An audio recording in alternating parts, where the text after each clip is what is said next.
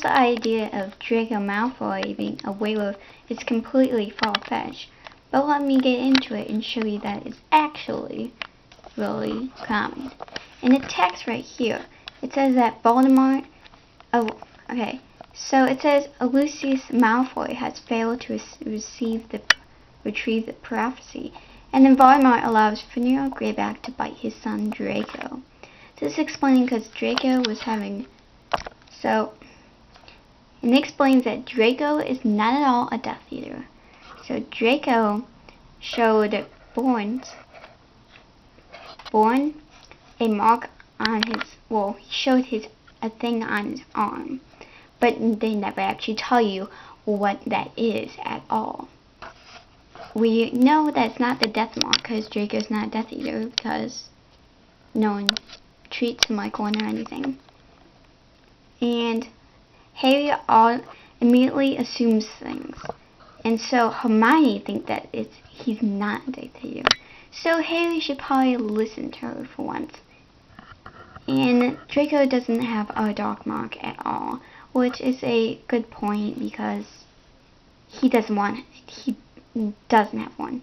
And he was never treated as a Death Eater, and there's no reason for Voldemort to give him one.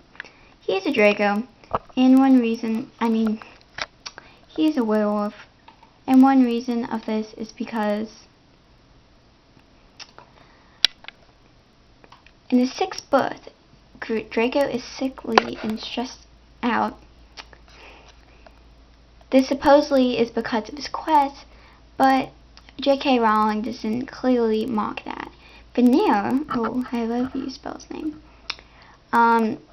is introduced as a character who punishes people who mess up by biting their children.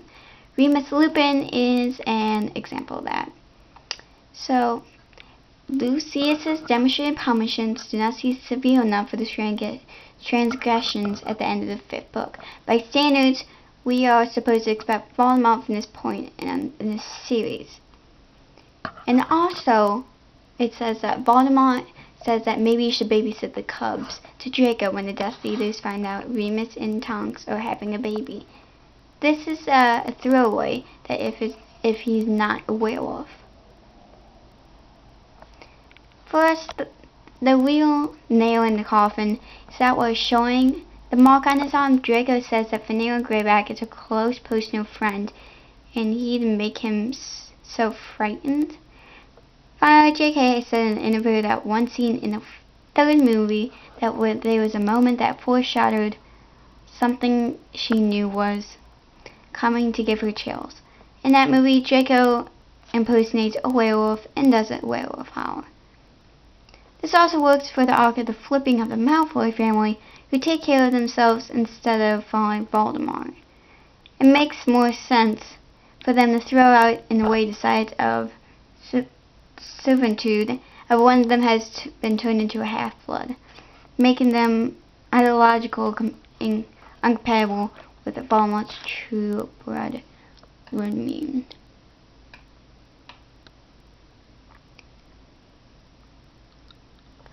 That was why Draco should be a werewolf.